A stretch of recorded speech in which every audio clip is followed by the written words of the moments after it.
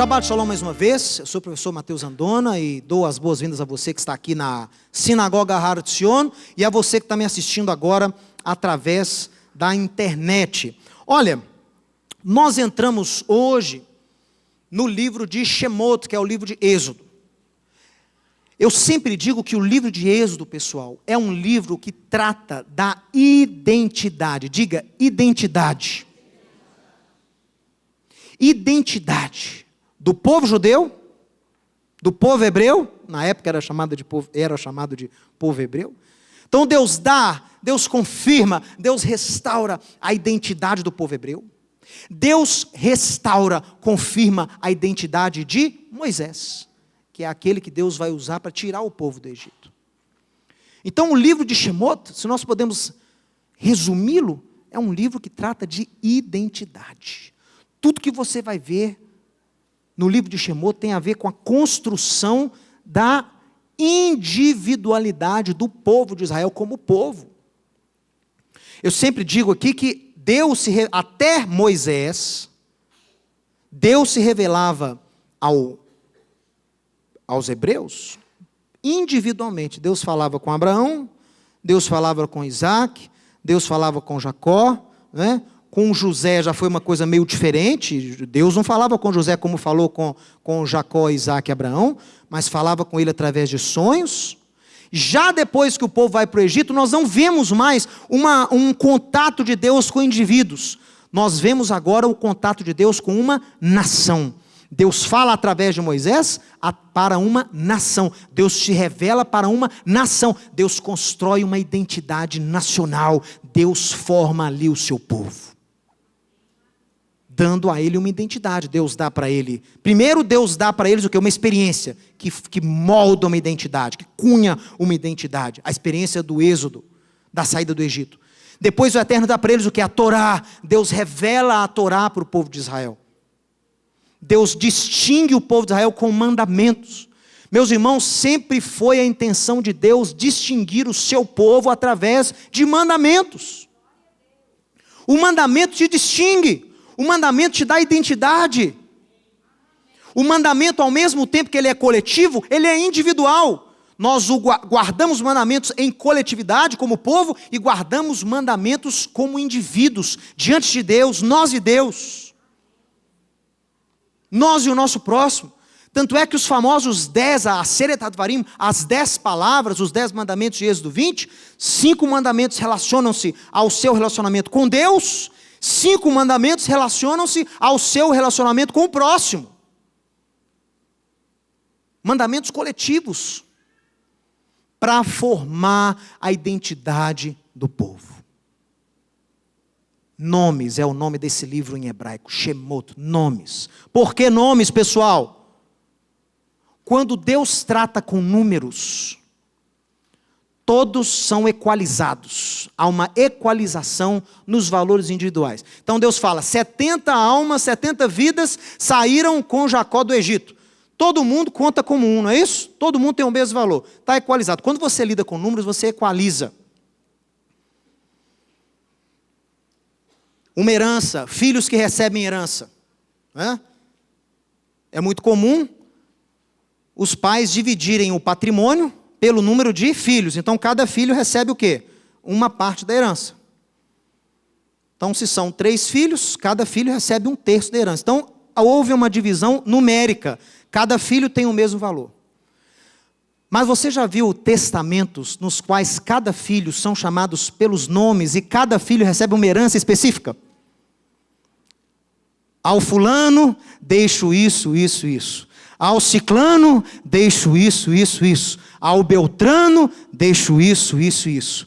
Você está entendendo que quando você lida com nomes, você está individualizando, você está dando identidade. A pessoa se sente única. Eu me lembro que o avô da Tatiane, quando faleceu com mais de 90 anos, deixou para ela um relógio. E ele deixou claro antes de morrer, esse relógio aqui é para dar para Tatiane. Ele nomeou. Então aquele relógio, para ela, tem um valor muito especial. Não foi porque só foi o relógio do avô. Ah, nós dividimos aqui as coisas do seu avô, você ficou com esse relógio. Não é isso. Não. Esse relógio foi dado como a minha herança, foi dado a mim. Foi mencionado o meu nome. É muito mais especial. Então, nomes tratam de identidade. E identidade, pessoal, é a coisa que mais a igreja, mais o povo de Deus, eu incluo aí Israel, judeus e as nações que servem a Deus, Israel e a igreja. Identidade, definição de identidade, confirmação de identidade, é a maior necessidade que nós temos hoje. Israel se encontra numa crise identitária.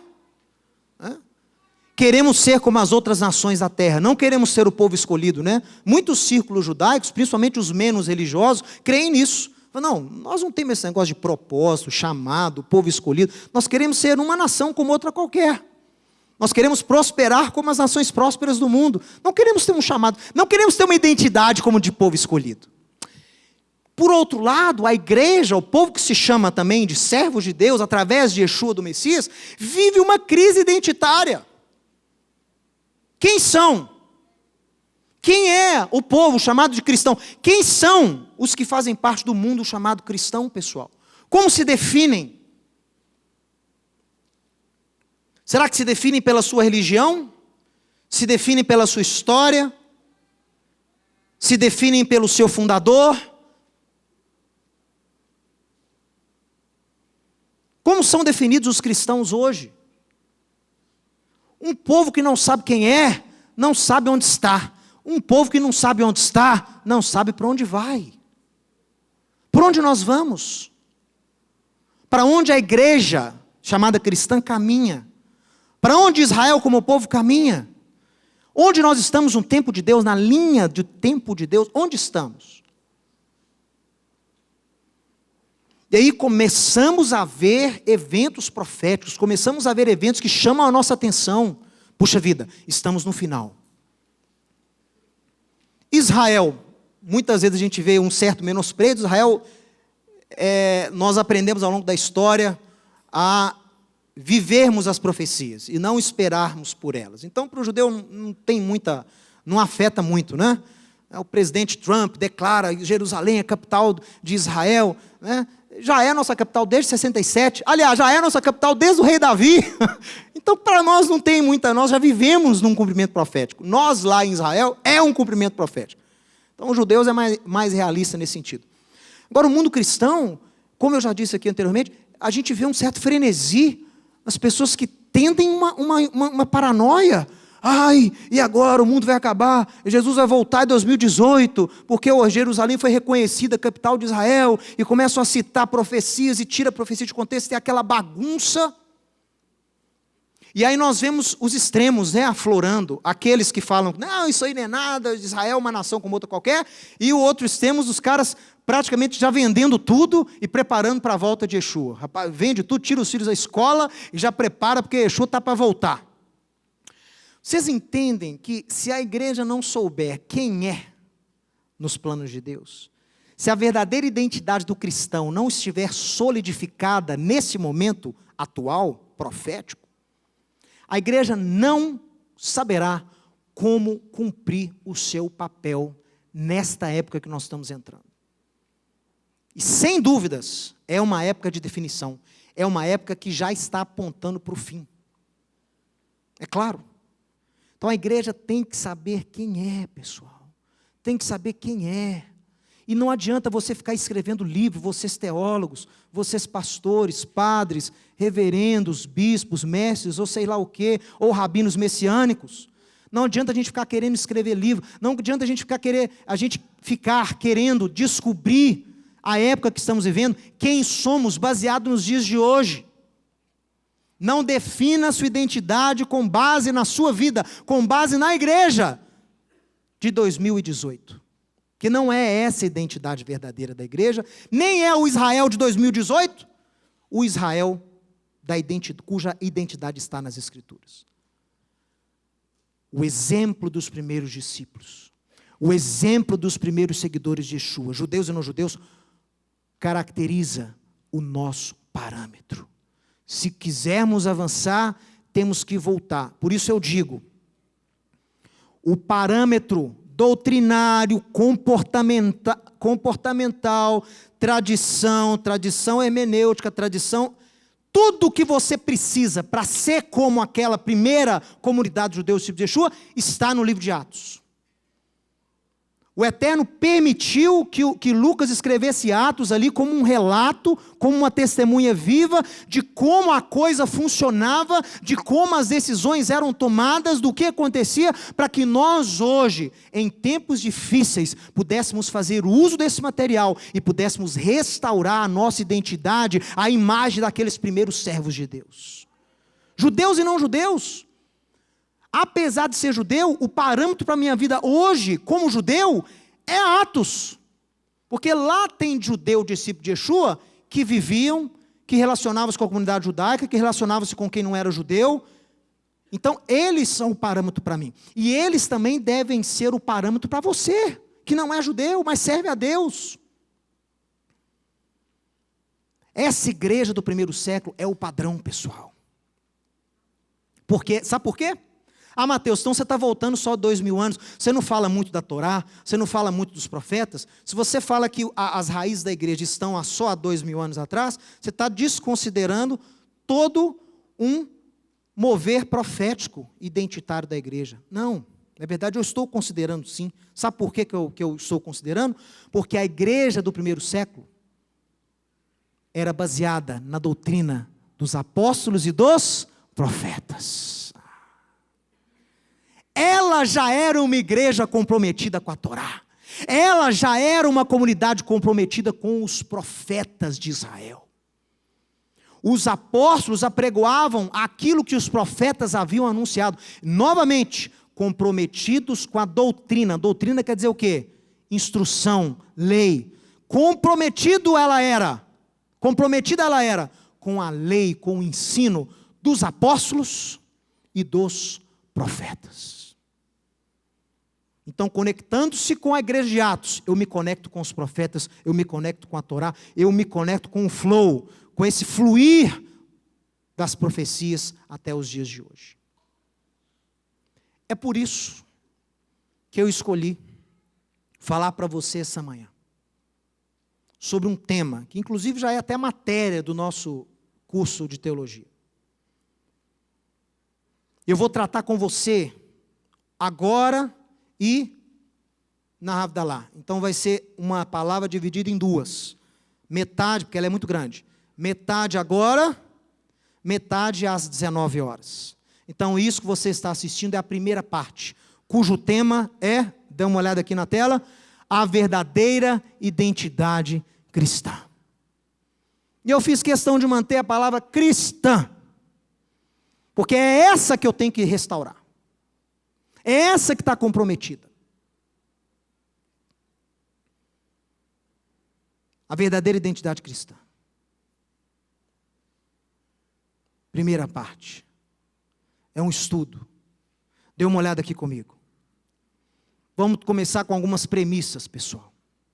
Olha, citação. Vou citar um camarada que eu admirava muito, e ainda admiro, apesar de ter falecido em 2011, que é o Steve Jobs. Ele escreveu, não caia num discurso na formatura de uma turma de graduação da Universidade de Stanford. Ele disse o seguinte, não caia na armadilha do dogma, que ele explicou como sendo o quê? Viver com os resultados do pensamento de outra pessoa. Mas tenha coragem para seguir a sua intuição e permaneça sempre faminto. Hoje a gente vê muitos cristãos acomodados, né? Sedimentou. E aí, se você sedimenta naquilo que os outros prepararam para você, se você sedimenta nas revelações e entendimentos que o fundador da sua denominação deu a você, que muitas delas são boas, você não vai conseguir buscar revelações novas que são importantes para você entender o dia que nós vivemos hoje. Você está entendendo? Ô, gente, é proibido ficar sedimentado, é proibido ficar acomodado. Ah, mas eu já tenho lá a instituição da religião cristã que Calvino escreveu lá no século XVI. Ah, eu já tenho aqui o manual de doutrina aqui da Assembleia de Deus. Eu já tenho aqui o manual aqui adventista da Ellen White. Desculpa eu estar citando esses nomes aqui por alto. Mas essas pessoas não viram o que você vê hoje. Essas pessoas não viram um Israel de 8 milhões de judeus de volta no Estado judaico, lá no Oriente Médio. Elas não viram isso. Elas não viram os judeus retornando e fazendo de Israel um Estado de primeiro mundo, com só 70 anos de idade, o moderno. Então era difícil, eu não condeno não, porque era difícil você interpretar profecias em relação a Israel, onde um Israel estava o quê? Perdido no mundo, em diáspora, em galut. O judeu um povo derrotado, um povo espalhado, um povo marginalizado, um povo que depois vai ser perseguido no século XX, no século XIX. Então a pessoa lia aquelas profecias todas, que é a base da fé, a profecia, pessoal. E em relação a Israel, as pessoas não conseguiam compreender. Então se você hoje, no século XXI, 2018, tiver a base de fé, a sua compreensão de fé, apenas nos escritos do seu fundador, você vai ficar aquém daquilo que você precisa entender. Em relação aos dias de hoje, profecias estão se cumprindo hoje em relação a Israel. E a identidade da igreja está intimamente ligada com Israel. Por isso que é importante você saber. Eu vou falar uma coisa aqui. Eu tenho muito medo quando eu vejo cristãos se interessando por Israel, cristãos se interessando por Jerusalém, apenas para verem ou acharem que entendem o final dos tempos. Como se Israel fosse uma marca, né? Um reloginho lá no cronômetro de Deus. Então, não, nós temos que entender o que está acontecendo em Israel, para a gente saber que Jesus está voltando. Então eles ajudam, eles falam que amam Israel, eles apoiam Israel, mas é com o propósito do quê? Com o propósito de ver acelerado um cumprimento escatológico. Eu digo, isso não é correto. Sabe por que Israel é importante para você? Não é só para você entender o final dos tempos, não. Israel é importante para você, que você faz parte de Israel, meu amigo. Você que não é judeu faz parte de Israel. Você foi enxertado neles, dos propósitos, das promessas, das profecias. Você foi anexado. Tem que saber sobre o judeu, tem que aproximar ao judeu. Sabe por quê? Porque pela fé você já foi aproximado. Paulo em Efésios capítulo 2 fala isso. Você quando não era crente, você quando aceitou Yeshua, você foi aproximado da comunidade de Israel. Citando Isaías capítulo 14. Se você foi aproximado, Efésios 3, feito co-herdeiro, co-participante dessas promessas em Yeshua, você vai ficar alheio, você vai ficar sem saber o que está acontecendo com Israel?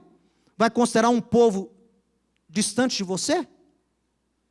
Considere Israel como seu povo. Está ouvindo? Você que é cristão, você que está me ouvindo, passe a considerar Israel como seu povo, porque ele o é.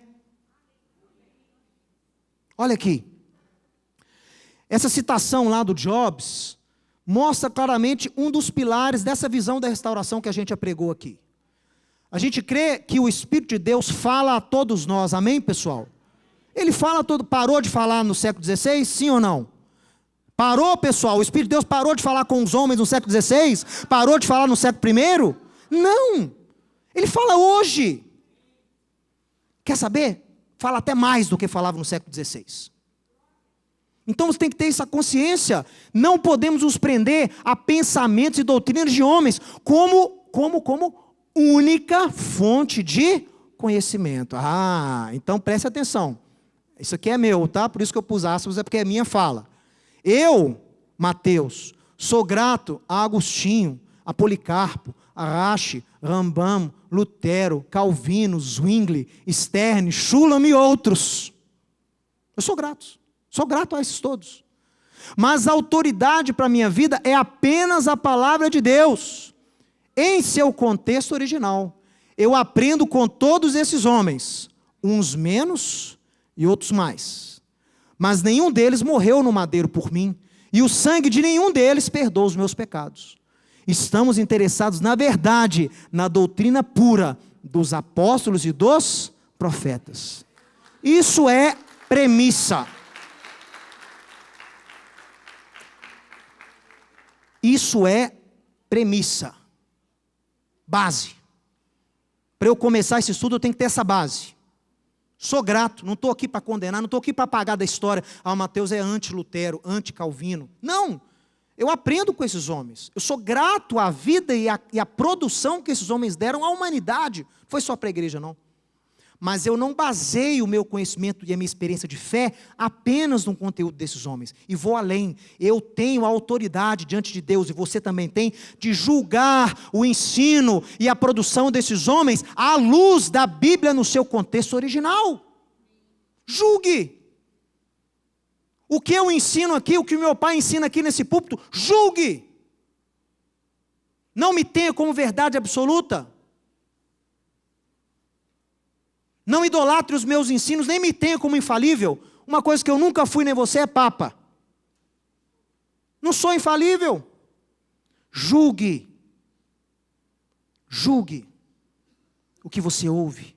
À luz, não dos homens e de tradições de homens, à luz da palavra de Deus no contexto original. Olha, as tradições hermenêuticas, o que é tradição hermenêutica? É tradição que você recebe para estudar a Bíblia. Tradição de estudar a Bíblia, tá? Tradição doutrinária. As tradições hermenêuticas, ou práticas, tradição prática, batismo, ceia, apresentação de crianças, você recebeu essas tradições práticas. Ou tradições de ler a Bíblia, de estudá-la. As tradições hermenêuticas ou práticas da igreja cristã devem ser analisadas à luz da palavra. E, independente se são compatíveis ou não com a fé bíblica e genuína, jamais devem exercer autoridade sobre a vida do discípulo de Yeshua.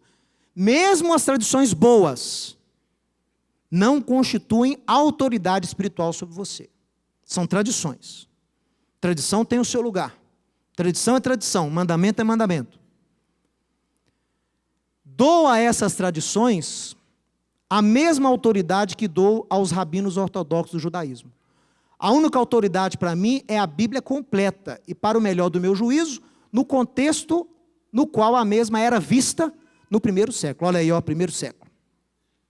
A minha obrigação é para com a palavra de Deus e a sua verdade apenas. Penso que temos que aprender a colher bons frutos, tanto dos pais da igreja católica ou da igreja protestante, quanto dos rabinos do judaísmo, utilizando-os para termos um melhor e mais claro entendimento do Novo Testamento. Quem disse isso? Rabino Joseph Shulam. E serve como um parâmetro para mim nos dias de hoje.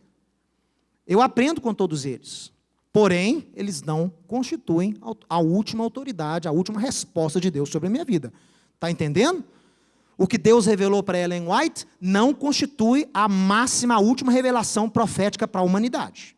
O que Deus revelou a Calvino não representa a última maior revelação de Deus para a humanidade. São coisas boas, mas não é o quê?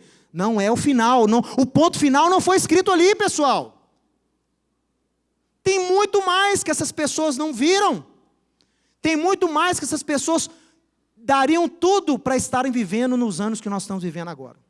Oxalá, o tanto que essas pessoas produziriam se estivessem vivas hoje. É ou não é? Se Calvino estivesse vivo hoje, se Lutero estivesse vivo hoje, se Ellen White tivesse... Essas pessoas iam produzir muito mais do que produziram, porque elas teriam acesso a coisas que na época não tinham. Imagina. Imagina se Zwingli tivesse acesso ao Google, aos pergaminhos do Mar Morto. Se Hus tivesse acesso lá aos pergaminhos do Mar Morto. Olha o tanto que esses homens iriam produzir. Eles dariam tudo para estar vivendo nos dias que você está. Então, honre a memória deles, avance. Honre a memória deles, vá além. Melhore, aprimore aquilo que eles fizeram. Por isso que nós devemos trabalhar na restauração. E eu vou explicar por quê. Olha aqui. David Stern. Olha aqui. Gente, você está vendo que é um estudo, né? Eu estou usando isso aqui para você concentrar aqui nesses escritos. Olha, eu deixo claro aqui mais uma vez, essa palavra é polêmica, mas eu deixei a parte polêmica para a noite. Que você está mais acordado, você vai estar melhor, você vai estar mais bem disposto. Mas olha, eu declaro aqui, quem está me assistindo, viu? Quem está me vendo aqui agora, quem está me visitando, principalmente que você não me conhece, é muito fácil você assumir juízos errôneos, me ouvindo sem me conhecer. Preste atenção. Deixo claro aqui. Eu aprecio e honro a história construtiva do cristianismo. Eu reconheço o trabalho de homens e mulheres que fizeram ao longo desses 2000 anos em prol do reino de Deus. E eu reconheço esse legado desses homens e mulheres que beneficiou não apenas a igreja, mas o mundo. Eu sou grato à contribuição do cristianismo para o mundo. Possivelmente eu não estaria aqui hoje se não fosse a contribuição do cristianismo ao mundo, não do judaísmo, do cristianismo. Quem alcançou a minha família com a palavra da verdade foi uma assembleana, não foi nenhum rabino. Estão entendendo? Quem alcançou o Rabino Shulam para a verdade, para a palavra, foi um membro da Igreja de Cristo. Um membro da Igreja de Cristo, um missionário. Não foram rabinos, não foram judeus messiânicos. Vocês estão entendendo? Por que eu não posso dar um tiro no próprio pé? Porque se não fosse a contribuição desses, nem eu estaria aqui hoje.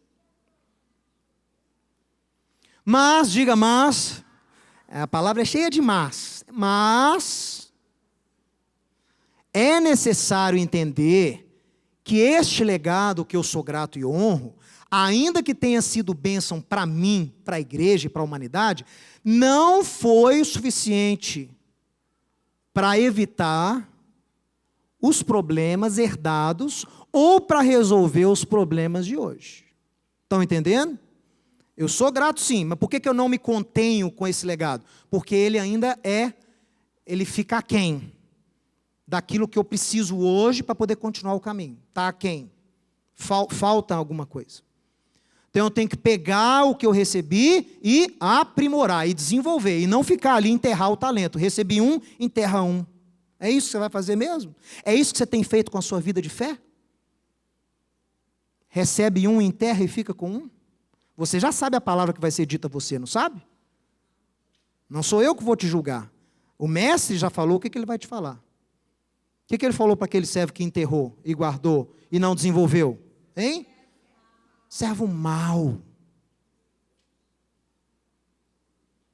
que realmente a gente tem que buscar como líderes, como discípulos? É ter a certeza que a nossa fé está baseada na verdade da palavra. Diga, verdade.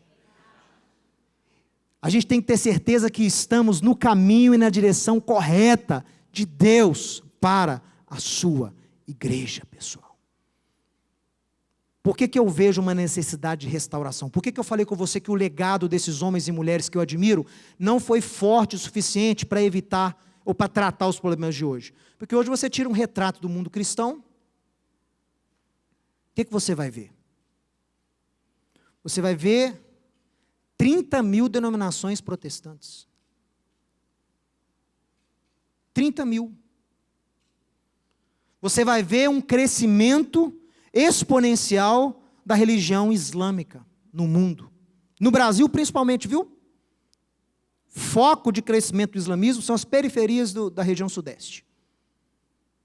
Está sendo até objeto de estudo na Europa. Os muçulmanos na Europa estão estudando o fenômeno do crescimento islâmico aqui na região sudeste do Brasil, em especial em São Paulo. Nas periferias. Então a gente vê essa religião que é a que mais cresce do mundo hoje. A gente vê a divisão estrutural do cristianismo em católicos, protestantes e, por sua vez, os católicos carismáticos, ortodoxos. Ortodoxo seria outra categoria. Mas entre os protestantes o quê? 30 mil. 30 mil. Há 20 anos a gente falava 3 mil. Aí veio um historiador que me corrigiu, falou, não é 3 mil, não, é 30 mil, você está desatualizado. Você está entendendo por que você não pode sedimentar? Por que você não pode se acomodar? Eu aprendi a fazer o discipulado, eu aprendi a evangelizar e aprendi a adorar. Acabou. Tem muito mais, pessoal. Muito mais a ser feito. Olha aqui. Olha aqui. Verdade, pessoal. Diga verdade. Todo mundo cita Yeshua lá em João 8, né? E conhecereis a... E... Você não sabe não? Pode falar, vai. 1, 2, 3, já. E... Agora eu quero a frase anterior a essa.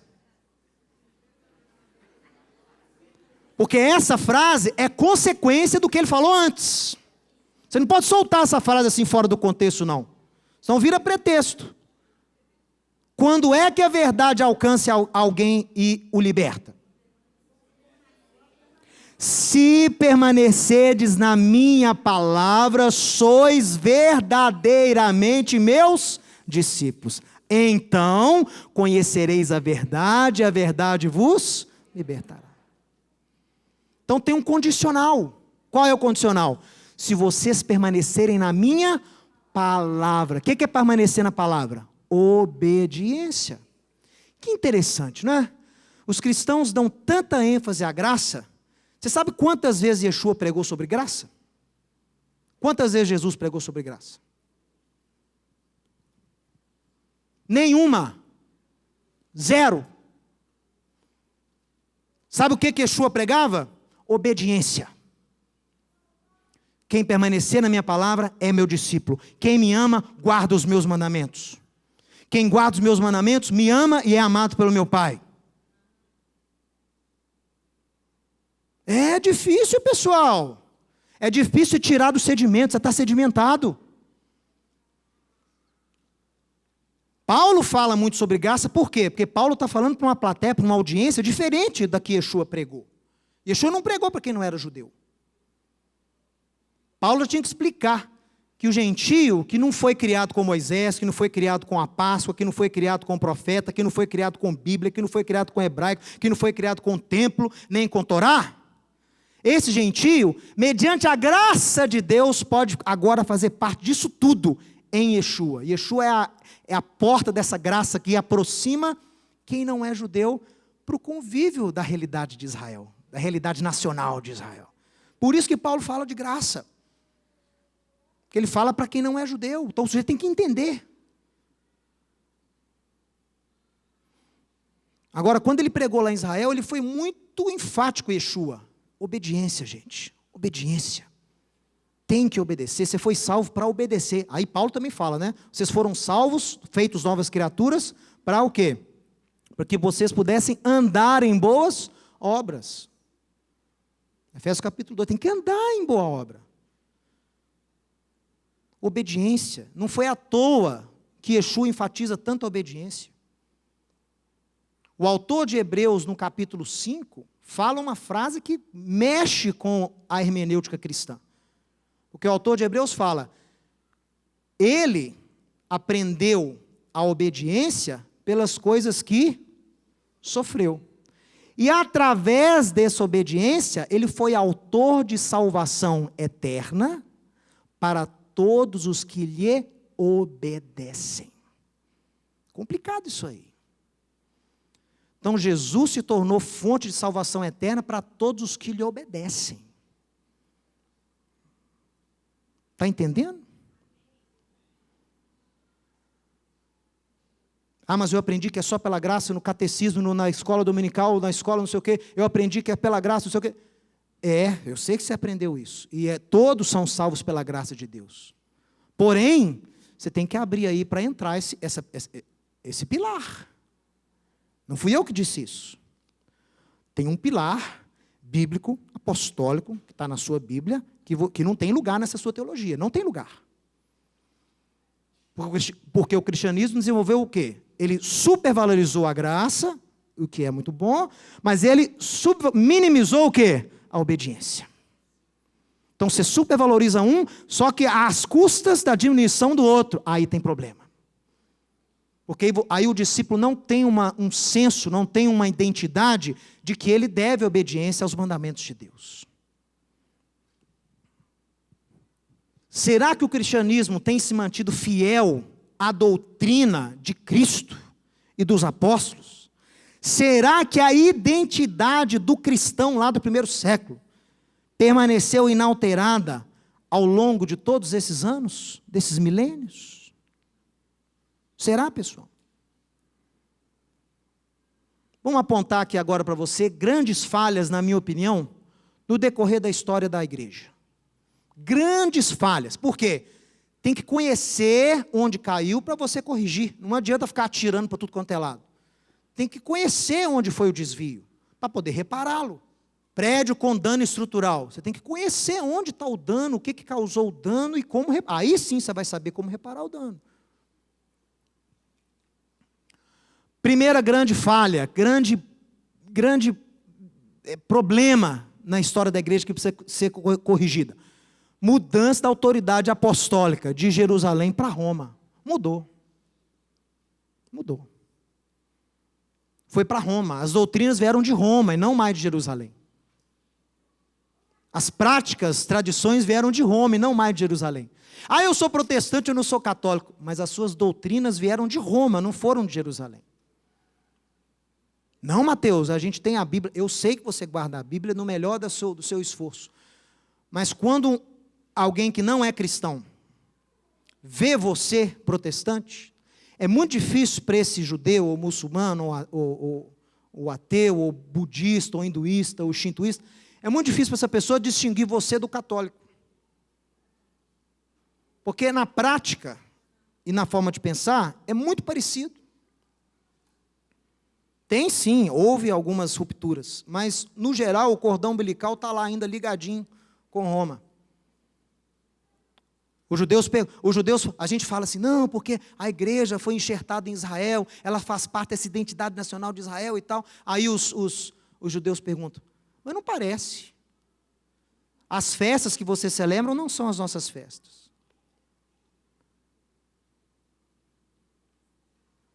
O calendário que você segue não é o nosso calendário. Os tempos especiais que nós temos não são os tempos especiais para vocês. Como que há afinidade entre nós? Como que vocês são parte de nós, se vocês parecem tão distantes na prática? Está entendendo? E não deveria ser assim. Ah, Mateus, os judeus que têm que largar as suas festas para aceitar as festas dos cristãos. Ótimo, os pais da igreja católica falaram isso mesmo, mas isso está certo? Não, porque quem deu as festas para os judeus? Foi o Rabino? Foi Rashi? Foi Maimônides? Foi Deus, meu amigo. Deus deu cada uma das festas e falou, ó, faço por estatuto perpétuo pelas vossas gerações. Então não tem coré-coré, não tem discutir, não tem que discutir nada não. Como assim? Você quer que o judeu deixe de celebrar Páscoa para celebrar Natal com você? É isso mesmo? Você quer que ele deixe de tocar o shofar em Rosh Hashanah para vestir de branco no Réveillon com você? É isso mesmo?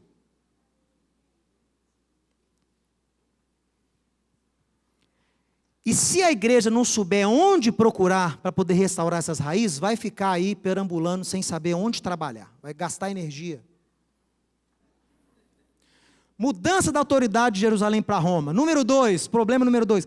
Rejeição e expulsão dos judeus da cultura e dos princípios judaicos presentes na igreja do primeiro século. Isso é um grande problema, pessoal.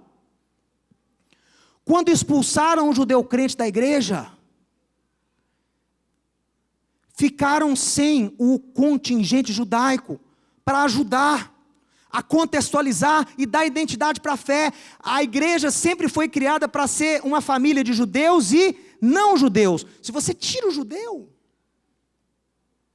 coitado, o camarada que não é judeu vai ficar um pouco perdido. Foi o que aconteceu. Eu vou me basear em quem? Como é que interpreta isso? Como é que eu leio isso? Lembra lá do eunuco para Estevão? Me explica isso aqui. Ele está falando de quê aqui? Precisa de ter um judeu lá. E de preferência um judeu crente, cheio do Espírito, para poder auxiliar o gentio a entrar na comunidade. Mas ficaram sem o elemento judaico, entendeu? Os judeus crentes foram expulsos das igrejas. E aí criou-se no meio cristão o quê? Uma própria identidade. Criar uma identidade própria. Distanciada de Israel, distanciada dos judeus. E o número 3 de problemas que a gente tem que resolver. Houve, lá no século IV, a criação de um sistema religioso, onde alguns dogmas e doutrinas ferem a doutrina bíblica apostólica, principalmente no que diz respeito a Israel e ao povo judeu. E isso afetou a identidade do povo de Deus, pessoal. Quero falar aqui uma coisa para você. O cristianismo como religião, ele foi criado. Por que eu sei disso? Porque nem Yeshua, nem profeta algum, nem Yeshua, nem apóstolo algum teve a intenção de criar uma religião. Você sabia que em hebraico a palavra religião nem existe? Nós temos um similar que a gente usa para falar religião, que é dat. Mas dat não é religião. Dat é lei, sentença. Em hebraico não existe palavra para religião. O judeu foi forçado a cunhar uma religião chamada judaica por causa do crescimento do cristianismo. Porque o cristianismo cresceu na premissa que os judeus não são mais o povo de Deus. O sistema religioso foi criado por Constantino no século IV para poder criar um sistema religioso distanciado de Israel, distanciado do Deus do Antigo Testamento, centrado em Jesus, mas Jesus também desconectado da sua identidade judaica. E essa nova religião foi um artifício político-econômico fascinante, genioso, genial. Por que ele foi genial? Porque ele conferiu ao então em crise e dividido Império Romano uma unidade nunca antes vista. Você uniu o império de um dia para o outro, pessoal. Menos de uma geração, você uniu o império novamente.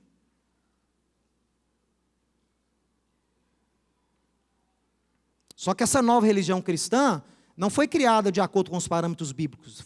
Foi criada de acordo com os parâmetros o quê? Dos homens. Como é que une um povo com crenças diferentes? Você começa a atribuir os mesmos valores. Então, o romano tinha costume de deidade, né, de divindades, hoje a gente chama de padroeiros, né, de entidades, deidades, dedicadas a uma certa cidade, a um certo local, a uma certa atitude. Os romanos tinham o deus da guerra, o deus do vinho, o deus da colheita, o deus do trovão, e por aí, o deus do amor, e por aí vai. Então, como é que você une dois povos? Você atribui para o outro povo valores parecidos com o que você tem. Quem era a divindade de Éfeso? Quem era a divindade de Éfeso? Tinha o maior templo lá na Ásia Menor dedicado a ela. Ártemis, né, Diana. E onde você acha que surgiu pela primeira vez a doutrina do Theotokos, da mãe de Deus, a veneração à mãe de Deus como deidade? Éfeso. Maria passou a ser a padroeira de Éfeso. Você só substituiu a identidade. Tira Diana e coloca uma figura bíblica. Por quê? Quando você faz isso, quando você tira algo pagão e coloca uma coisa aparentemente bíblico, você cria um sofisma. Sabe o que é sofisma? É uma coisa que tem aparência de verdade, mas ela está lá para esconder a verdade. Então você cria sofismas. O Império Romano todo celebrava o nascimento do Deus Sol, o solstício de inverno, próximo aí, né? Dia 25 de dezembro. Era uma festa com fogueiras, com enfeites de árvores, pinheiros nas regiões nórdicas. E agora? Não, vamos tirar o tal do Deus Sol e vamos colocar o Deus deles, que é o Cristo. Então, vocês vão celebrar no dia 25 o nascimento do Deus Cristo. Olha que coisa linda. Aí, vários se levantaram e falaram, não, que é isso? Isso não é mandamento, isso é paganismo. Nós não celebramos o nascimento de Deus, que é isso? Ele sempre existiu. Aí, o que o sofisma cria? O sofisma cria o juízo. Então, você é contra celebrar o nascimento de Cristo? Então, você é contra Cristo. Olha aí. Está vendo? Ah, eu não celebro Natal porque não é mandamento, é origem pagã. Ah, então você é contra Cristo? Quem pode ser contra celebrar o nascimento do Deus menino? Algo tão bonito? Lembrar do nascimento dele? Como vocês ousam falar contra o nascimento de Cristo? É sofisma, que é errado, é pagão, mas do jeito que a coisa foi colocada lá no século IV, dá a ideia que eu estou errado. É por isso que tem que mudar, pessoal. Tem que mudar. Tem que ter peito e coragem, muita unção de Deus para mudar o sistema. Porque o sistema, tá? Tem que mudar pessoas, né? Pessoas mudam o sistema. Eu não consigo mudar sistema nenhum, mas pessoas transformadas mudam o sistema. Esse é o objetivo da visão. Então vamos lá para a gente encerrar a primeira parte, ó. Assim, se a gente reconhece e identifica os erros e os momentos onde o cristianismo se distanciou, a gente tem o dever de voltar e restaurar as bases da fé. Olha aqui, ó. O que eu citei aqui? Apocalipse 2:5. O que é isso aí? A palavra do Eterno dizendo o quê? Saiba onde caiu, para a igreja de Éfeso, saiba onde caiu, entenda o erro, arrependa-te e volte à prática das primeiras obras. Não está falando aqui de crer em Jesus, não está falando aqui de nada, está falando de restaurar prática. Mas para restaurar tem que saber onde errou, saber onde caiu. Eu sei que não é politicamente correto hoje em dia você falar de erro de ninguém. Tudo ofende alguém. Você tem que levantar de manhã e orar, Senhor, que hoje eu não ofenda ninguém. Ser quem você é de acordo com a Bíblia já é uma ofensa para quem odeia a Deus, para quem odeia a sua lei. Você está entendendo? Se colocar contra práticas, não pessoas, mas se colocar contra práticas condenadas na Bíblia, já te faz um politicamente incorreto. Aí vão te chamar de fascista, né? Nem sabe o que é fascista, todo mundo é fascista para eles. Tem que estudar para saber o que é fascismo. Se não é o que eles mesmos estão fazendo com essa sociedade hoje. Mas enfim, vamos restaurar, pessoal. Olha o lema da restauração: faz-nos voltar a ti e voltaremos, renova os nossos dias. Como dantes, para avançar, tem que voltar. Nesse aspecto, todas as outras tentativas de restaurar ou reformar a igreja falharam. Porque buscavam ter a forma sem ter o conteúdo, sem seguir a fórmula original dos ingredientes. Você quer fazer um bolo de chocolate, você tem que ter, dentre outras coisas, o quê? Chocolate. Você pode ter o que você quiser, mas se você não tiver chocolate, o seu bolo de chocolate vai ser fake. Hoje todo mundo usa, né? Vai ser fake, vai ser falso. Ele vai parecer que é, mas não é. Tentaram reformar e restaurar a igreja. Ótimo, a intenção é boa, mas deixando de lado o elemento principal. Ah, é Cristo. Não, Cristo a igreja tem. O que faltou para a igreja? O judeu, gente. O judeu. Israel. Quiseram fazer sopa de galinha sem galinha, doutor Francisco, só com caldo quinó. Não funciona, gente. E eu digo uma coisa para você, para encerrar já te balançando. A aliança de Deus e Israel, entre Deus e Israel, é a base da aliança entre você e Deus. A aliança que Deus tem para Israel é a base da aliança que você tem com Deus. Ai, misericórdia! Agora esse rabino falou uma heresia. Ele deixou de ser cristocêntrico, porque é Cristo que é a base da minha aliança. Opa, peraí. Cristo foi prometido para qual povo? Qual outro povo que tem profecia que ia receber Messias? Não existe outro povo no planeta que recebeu profecia de receber Messias, ok? O Messias foi profetizado para Israel. Se você tem acesso a esse Messias hoje, é porque Deus fez você participante de uma promessa que deu aos judeus. Ele não tirou a promessa dos judeus e deu para você. Ele fez você o quê? Participar com eles na promessa de Cristo. Como que eu aprendi isso? Ensino apostólico de Paulo em Romanos capítulo 9, verso 5. São israelitas. Deles pertence, deles é a lei, as alianças são deles. Paulo fala, são israelitas, as alianças pertencem a ele. Quais alianças? Abrâmica, mosaica, davídica, e a nova? A nova está lá em Jeremias 31, então é deles.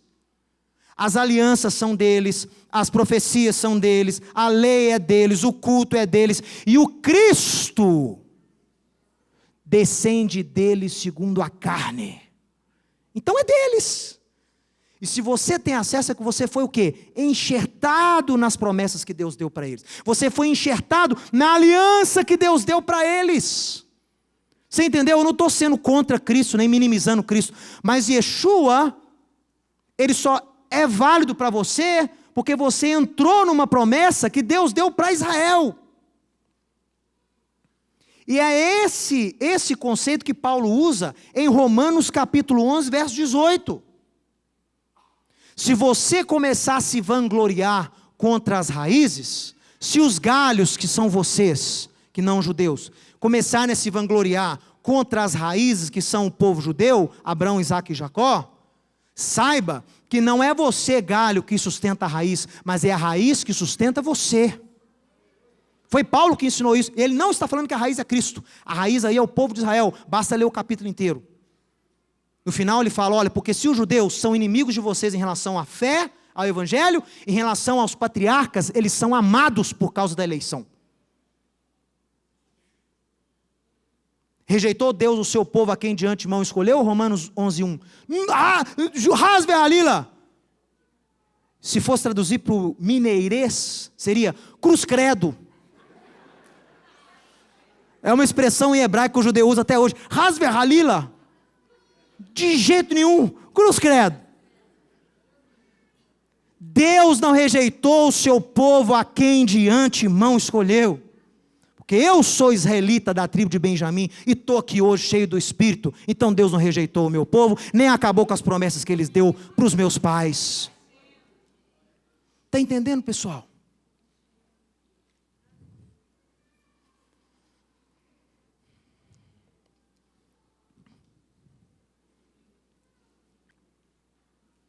E eu encerro dizendo o seguinte.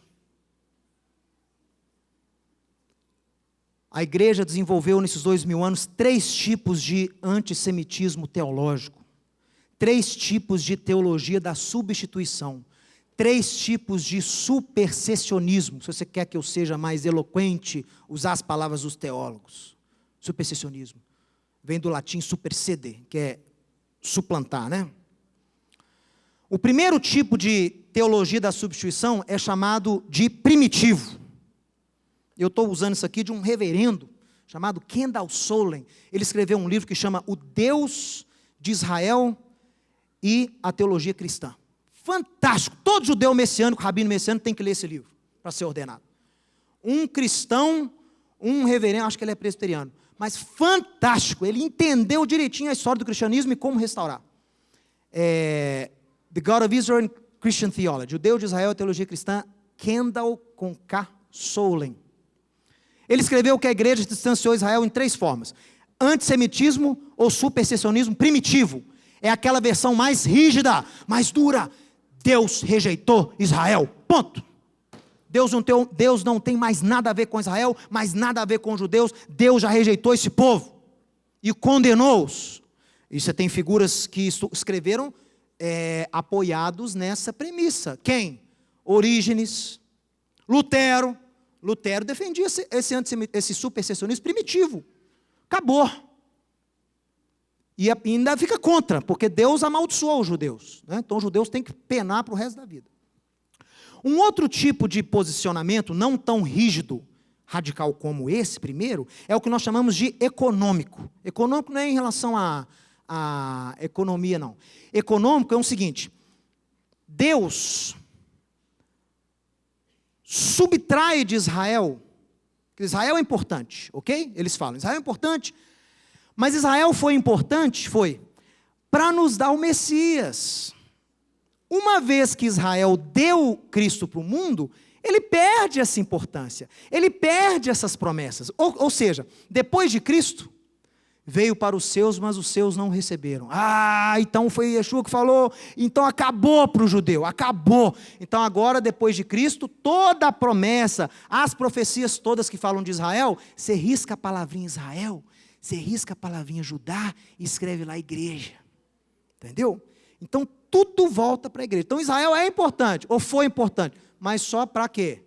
Só para dar o Messias ao mundo. Então esse tipo de supersessionismo chama econômico. É uma versão mais amena do primeiro lá, que é mais rígido.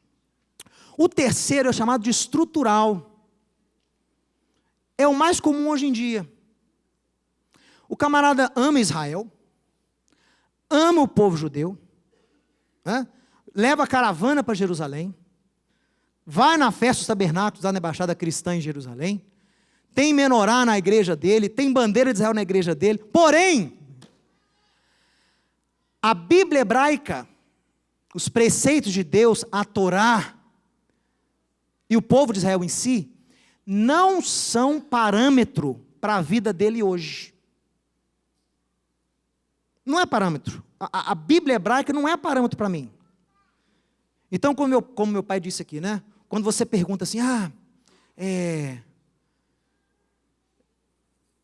lícito ter relação sexual com a mulher menstruada?